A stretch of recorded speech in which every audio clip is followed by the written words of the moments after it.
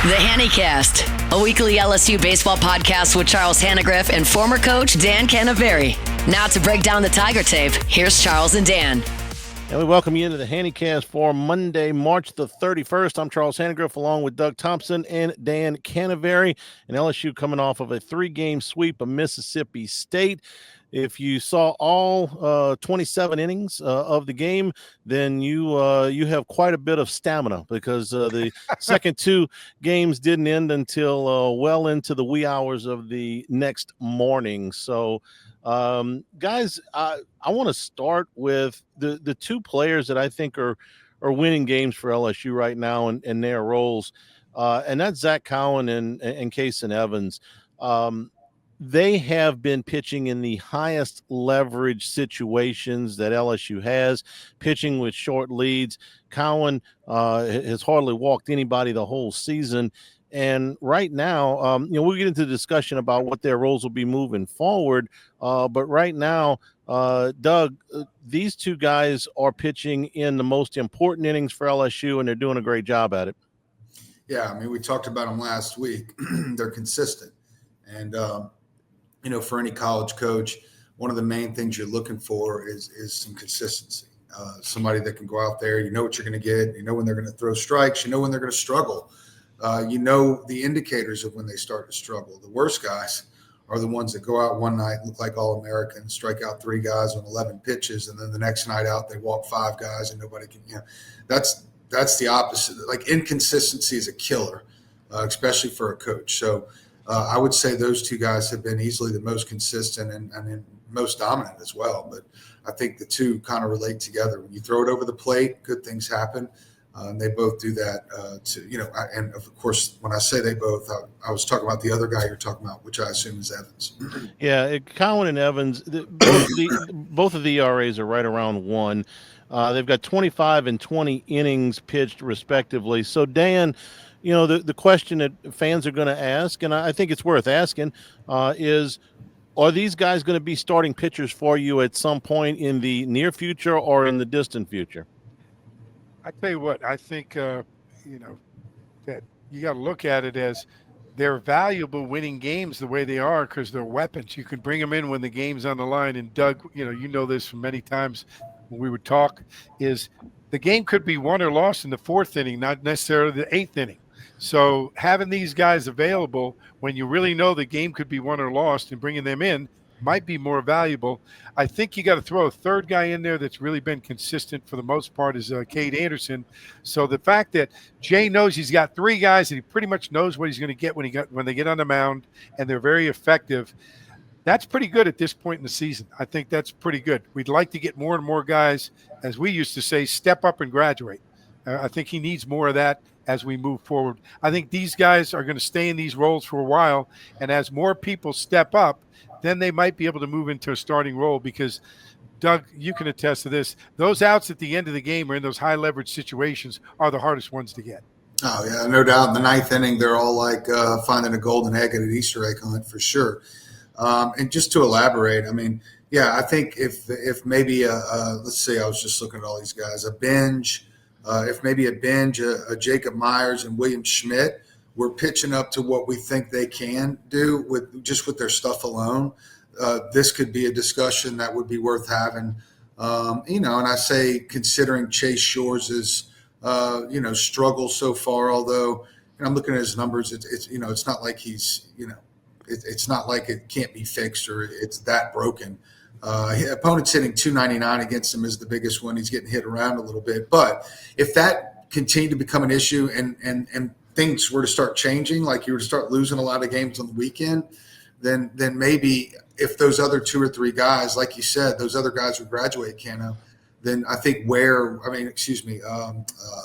obviously Cowan, would be the first man up to fill that hole. And then I don't think you give up on Chase Shores no matter what as a starter. I think you bump him to that midweek, and when he gets his first outing with 14 or 15 strikeouts and he kind of gets that rhythm and feels it, then maybe, consider moving him back in. But it's a great problem to have. But the coolest thing to know is always it's inevitable that it's almost every postseason that someone's going to get the ball in their hand, that it's in a must situation. Will Helmer's last year, Even you can include Thatcher Hurd last year in Chapel Hill. They're going to get the ball in their hand. They don't have a lot of time, certainly not as much as the three starters, but they're going to have to win the game. But to have a guy like Zach Cowan as potentially that guy, and if he jumped in the rotation, Chase Shores potentially being that guy, it's not a bad spot for the Tigers to be in. But I think Cano said it best, to be honest with you. Two or three guys are on the verge of graduating, and when they do, this pitching staff is going to get much better and much deeper. Yeah, a month from now, you may feel differently, but Ianson, this was his longest outing of the SEC season. I think he's getting better. I thought Shores pitched better than his line would indicate. He had a tough second inning. He was pitching with an 8-run lead. Doug, I've heard enough pitchers say this, that sometimes, when you're pitching with a huge lead, it's a little bit tougher because it's just throw strikes. You've got an 8-run lead. So I thought he pitched a little bit better than the line indicated. And he took the ball off of his face, and he still finished. I like the fact that Zach Cowan can be used twice in a weekend. They used him twice in the Missouri series. So he's got, as a reliever, the potential to affect more than one game. So for all of those reasons, and I think Evans could do that too, although he hasn't yet.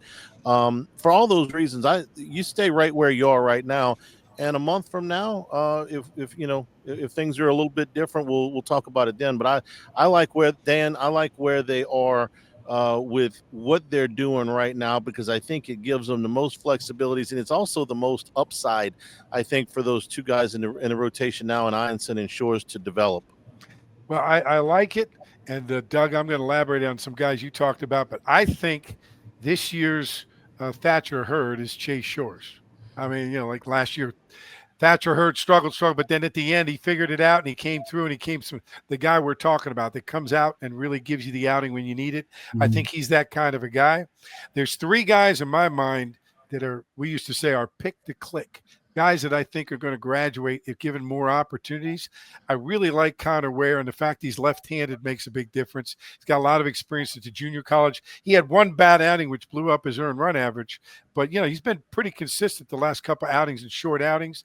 Another guy, Cooper Williams, still hasn't given up an earned run. Left-hander, so I see him coming in there. But great job, me a lot.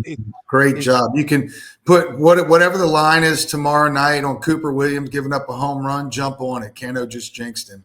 Yeah, of course. But he's got to give up a homer. He doesn't pitch at LSU, right? That's true. How many homers did our guys give up? You got to give it up, or you're not in real games, right? You like Cooper Williams too. I'll tell you what, though, Newt is starting to make a move. Yeah, and I think that's a guy that could really shore up the bullpen. Pitch on Tuesday, give you 3-4 innings, and then be ready on the weekend. Yeah, and I mean, Benj, William Smith, those guys are close too. But the reality is, the truth is, I mean, this weekend almost, it wasn't best case scenario. Let's just put it that way. Like, worst case scenario would have been having to burn them both in one game. I guess second worst case scenario would have to use them both for 4 innings in a game each, right? Because then you're kind of out there flapping in the wind for game 3. And that's what happened this last weekend. But what we're talking about, really, like just one more guy gaining that confidence from Jay and Kocheski and all the guys, like just one more guy would allow one more person to come in and maybe minimize those pitches that those guys need to use, Cowan and Evans. And I think it would be ideal if you had Cowan and right now, while both of them aren't starting, it would be ideal to have them both available at least twice. Mix and match. Yeah. I'll tell you what, though. Remember this. Going into the season as a coach, boy, Gavin Guidry was that guy. Yeah. That we're looking for. That's right. The big hole in everything. You're right. You're tossing out the window. Yeah. You're right. And that doesn't get, people have somehow, you just don't hear that much. And you're right, Ken. That was the guy. That was the guy. Now you got 3 guys that can do it, and you can really do some work. One inning, 2 nights, and you mix and match it. Each of them throw 3 innings in a weekend. You got the last 2 innings covered in every game. Charlie, this guy knows what he's talking about a little bit. Yeah, it's almost like he's been in the dugout for some of these big games over the years. You would think. We're brought to you by Marucci. From a backyard shed to the top of the game, Marucci, more than just a baseball bat company. It's a legacy built on passion and precision, with 2 decades of crafting the finest wood, metal, and leather in the sport. We're here to help you run the game. Visit MarucciSports.com to gear up with the best, and also by Bayou Apparel. If you're looking for anything LSU, go to everythinglsu.com. Made by locals, ships from Baton Rouge. Bayou Apparel, call 225-928-9090 or go to everythinglsu.com. I think I know what you guys are going to tell me, but I'm going to ask anyway. Cade Anderson had his roughest outing of the year on Thursday, and it was the first time he'd come back on 6 days instead of 7 days. Now, to most people, that doesn't sound like a big deal. So I'm asking you, is it a big deal that it threw his routine off a little bit? And I'm asking because LSU's got 3 more Thursday, Friday, Saturday series in the last 7, including this one this week against Oklahoma. So, Doug, I'll start with you. Big deal or no big deal? No, I don't think so. I don't. It's just one day. No, I don't think so. I don't think that's what you chalk it up to. I look, the first inning, there were some things, right? Like they hit the home run. I'm trying to pull up the actual box score to kind of rehash my memory. Yeah, they scored the inevitable 2 there. Reese homered to right field. Powell homered again to left field. But that was a solo shot. The one in the first inning was a 2-run home run. But if you remember, a couple of the hits in the first inning were just kind of dinks. He threw good pitches. Like, honestly, I really didn't. Let me see. What was his final line? Let me see. Okay, I got it. He 4.1 innings, 6 hits, 5 runs, 5 earned, 6 hits, yeah. 2 walks, 5 strikeouts. And he gave up the 3 home runs. But to me, honestly, it wasn't really a terrible outing. For him, it was, but it wasn't really a terrible outing. He got dinked and dunked. He did give up the 3 home runs, but I think he had plenty of good enough stuff to win, is what I'm getting at. And so no, I don't think that we had this, because next week's a Thursday start too, is right? Yes, it is. So actually, that won't matter because he'll go back to the full week's rest.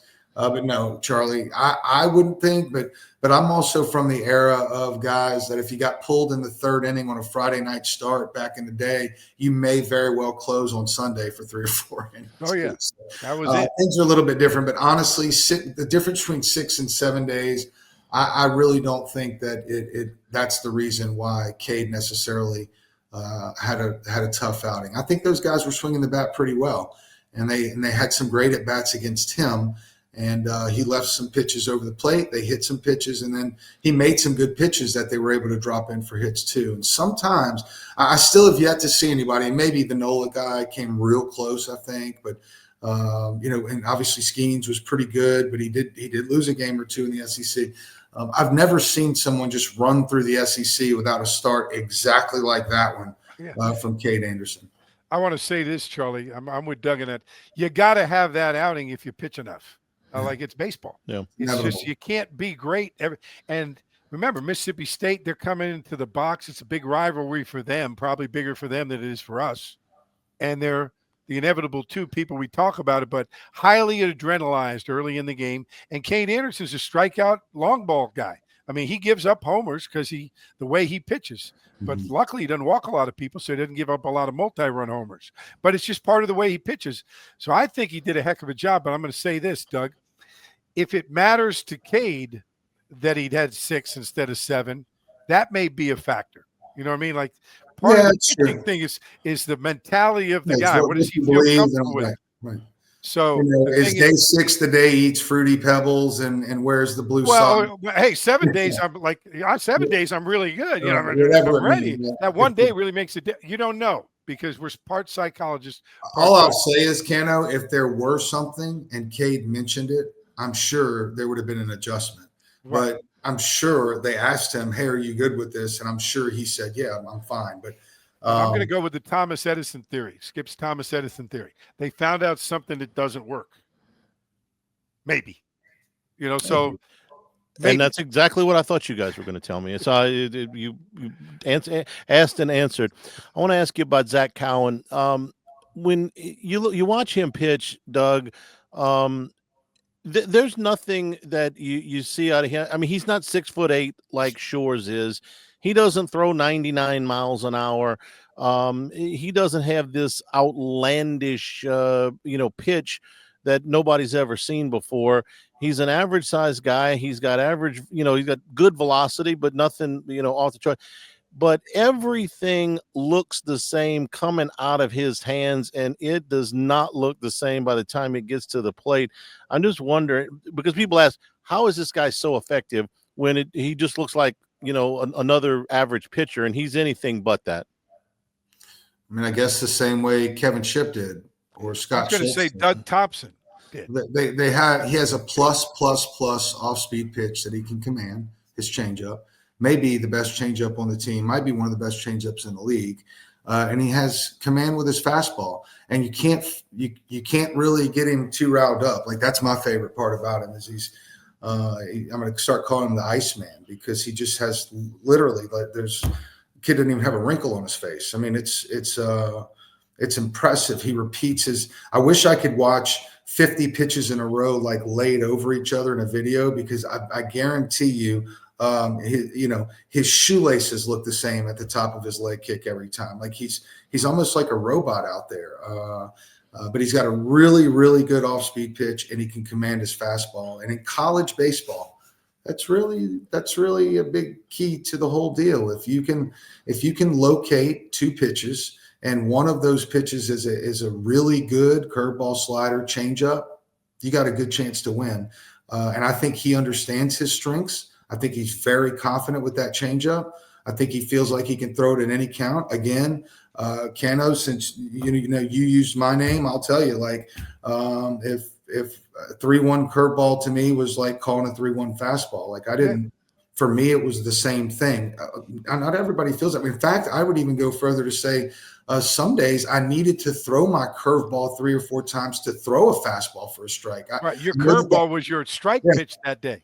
Yeah, it's like maybe my right brain is the fastball, and I just couldn't. And I throw 3 curveballs, and then boom, okay, there's the fastball. It's a weird thing, but no, I think he's older. He's as composed as they come. He's got a plus off-speed pitch, and he commands his fastball. And I think he's very, very good. Is he a big league starter? I don't know about that, but is he a big league college pitcher? Yeah, he's one of the best ones that we'll see. In fact, I'll go on to say that I was talking to one of the staff members. I won't tell you which one, but they actually said, we're really lucky we didn't run into him last year in Chapel Hill. I'm not sure if we would have been received the same coming home after getting beat by Wofford as we did in that heartbreaker against USC, because he would have had our number. And I said, why? And he said, that changeup, man. Like, we would have had a lot of trouble with that changeup. So take that. You see, you go watch him pitch, and then you say, "Hey, you want to come play for us?" Cano, you remember if the rules would have been different? Was it Jock Jones that came in and hit 3 homers at the box in a regional, and the crowd started hollering transfer? Yeah. Was it him? I think it was him. Yes, it was him. USC. Yeah, that was back before you could, everybody. Well, you could transfer, but there was no portal. Right. They didn't could transfer and not have to sit out back in those days in baseball. I gave the crowd credit for being clever with that one. That was before everybody was transferring. They wanted him to come over. We're brought to you by Dependable Storage. 8 locations around Louisiana and 1 in Gulfport, Mississippi. Check out the facilities in Slidell and Youngsville are the newest ones. They'll match any competitor's pricing, convenient online rentals and payments, free use of the moving truck for new rental move-ins, clean, secure, and conveniently located facilities. Check out the website at dependablestorage.com for location, pricing, and rentals. Like Skip says, at Dependable Storage, we want your stuff. And by Lake Urgent Care, with 25 years of experience. Lake Urgent Care, dedicated to providing quality care close to home. They treat minor illnesses and injuries for ages 3 months and up at 17 convenient locations in Baton Rouge, Hammond, Livingston, and Ascension parishes. Plus, they offer occupational health and weight loss solutions. A seamless extension of Our Lady of the Lake. Patients can access care from anywhere with the My Chart patient portal. The urgent care centers are open 7 days a week. You can walk in, check in online, or schedule a virtual care visit at lakeurgentcare.com. Dan, you and I were talking before we started here today. You're kind of bullish on this team, where they are right now, but also where they can go and where they are in their development. We're a couple of weeks away from what Skip would always say is tax time. You need to have everybody's roles defined. They're right on schedule. You're really bullish about the long-term potential here. Yeah, I'll tell you what, I want to say this, and I want to ask Doug this question. I think, first of all, I want to state this. I think Jay Johnson is as good a coach of anyone in the country at teaching team offense. Like, we're a really good team offense. You know, the lineup works together. I think he's created a team that can score runs in many different ways, which helps you win many different types of ball games. And Doug, you've been in enough of those. There's some that are 2-1. There's some that are blowouts. There's some that are, 18-12. You know, they keep going back and forth. I think Jay's offense can do that. I think that because of the transfer portal and the way it goes now, it takes longer to figure out your pitching because you don't have the guys back from the year before saying, okay, well, this guy can do this guy can do that. We know what we're getting, because a lot of those guys aren't willing to work and wait anymore, and they leave. And then you got guys coming in. And, Doug, let's face it, your first year coming into LSU took a while for Skip to figure out who you were, how to use you. And then your second year, you were all in. I think these guys coming in from the portal, it takes the coaches time to figure out who they are and how they're best used. And then you got to get them in situations and figure them all out. I think that's changed a little bit. It's kind of extended figuring out the pitching. But I think Jay's offense keeps him in every single series and gives them the potential to definitely win 2 out of 3, but 3 out of 3 because of the way they swing the bat as a team and the way they wear down the other team's pitching staff over the weekend. I mean, I would agree with some of that, Cano, but it's really hard to compare something Skip Bertman did to anyone else. But like, I would disagree and say that it didn't take Skip that long. It didn't take him long to figure out what he could do with me. And I'll go back to what we just talked about. He had a system. If you could throw a certain pitch, fastball, curveball, slider, whatever, if you could throw it 7 out of 10 times, where he asked you to, not just like in theory, like literally every week, fastball away, 1 for 1, fastball in, 1 for 2. If you could do that 7 out of 10 times, and then you turn and throw your next pitch 7 out of 10 times for a strike, I think right then and there in that bullpen, the only other question mark he had was, can this kid compete? He told me that. The first time he ever saw me pitch, he stopped the bullpen after I threw 3 or 4 curveballs. Well, wait a minute. Listen, I can make you good, right? But you have to be able to give me a little movement on that fastball. But he knew right when he saw an off-speed pitch, whether my curveball was a good curveball or not is not the point. The point is, when he saw that I could throw it for a strike and bounce it when he asked me to and throw it back door to a lefty, he knew because of his system, I'm good as long as he doesn't collapse under any intense pressure. So I think what we all did, we all made the same mistake, and except for Tommy Thompson, my 74-year-old dad who's seen a lot of baseball too. When I was saying to the all these things that we do, these podcasts, 1095 mile an hour arms. That's the truth. And I think we can be excited. I think on this podcast, I think we can be quote unquote, I think we can be excited about the pitching staff now because, the major league fastball average is 94.1. Here's what Tommy Thompson was saying in my ear. Can they pitch?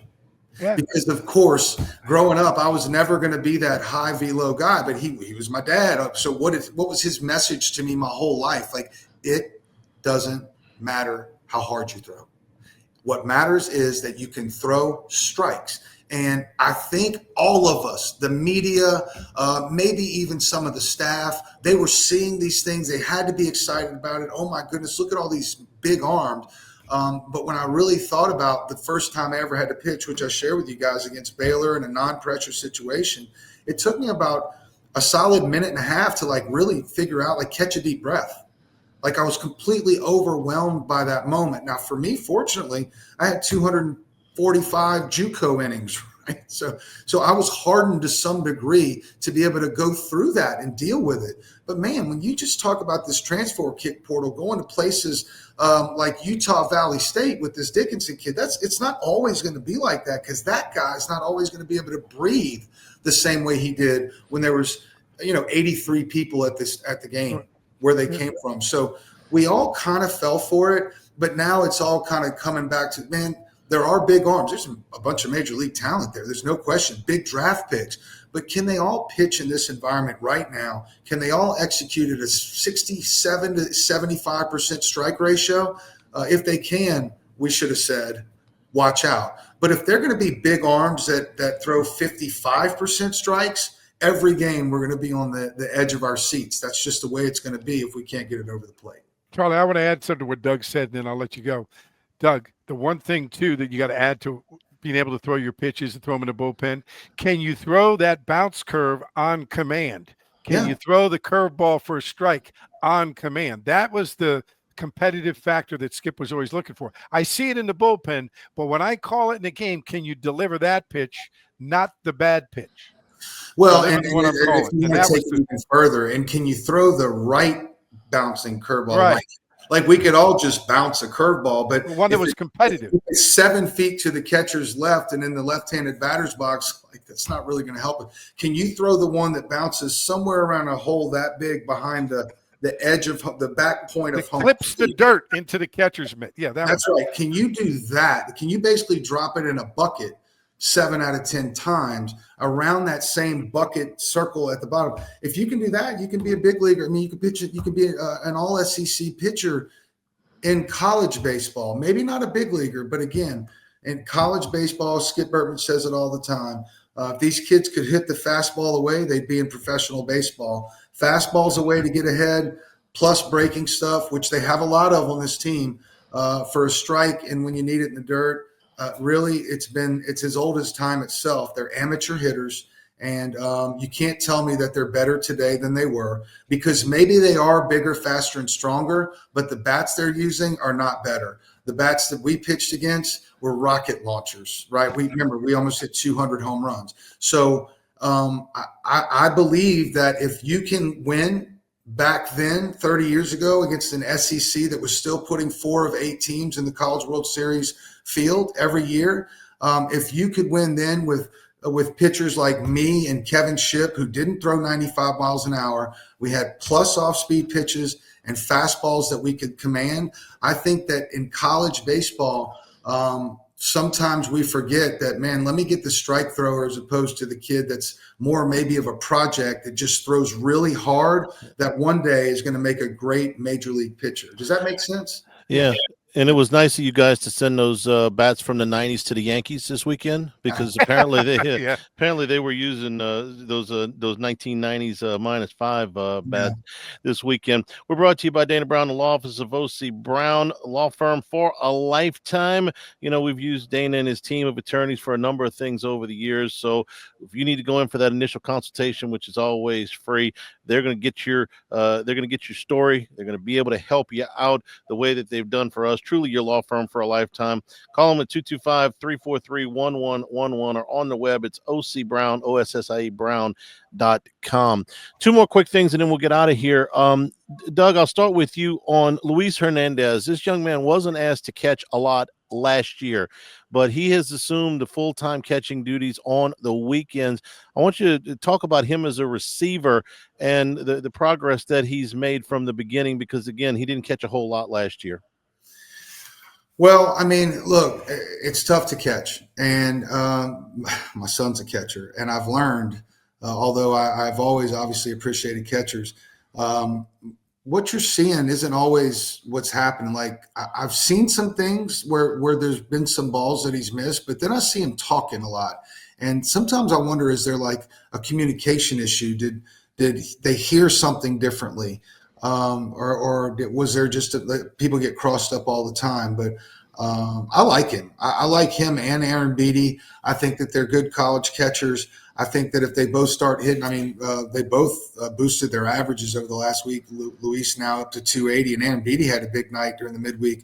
He's up to 250.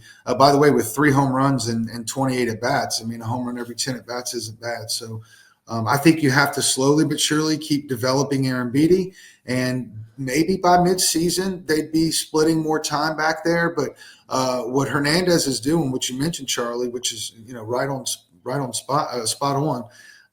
It's tough to catch a lot. Like, it's tough to not have someone to kind of come in and fill. But I think he's done a pretty good job considering he didn't have many reps last year. And that bat's starting to come along too, and plenty good enough arm to control the running game. Like, I don't know if you guys have noticed, but we've not had anyone come in and exploit us for not being able to manage our running game. Like, the pitchers have done a great job. The catchers have thrown them out when they've had the opportunities.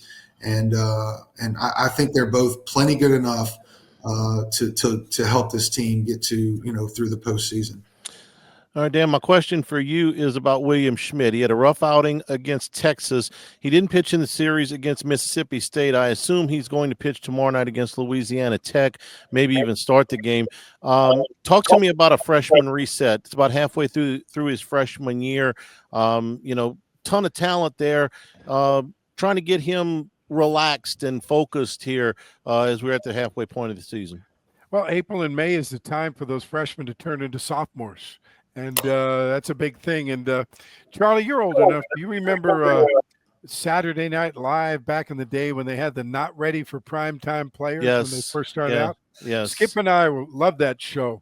We're both older. And what we say is he's a not ready for primetime player right now, but it doesn't mean he's not going to be ready. He's just got to keep getting out there, keep figuring out, like Doug said, catch his breath out there. He's a hometown kid. And he feels more pressure than a kid from Utah Valley.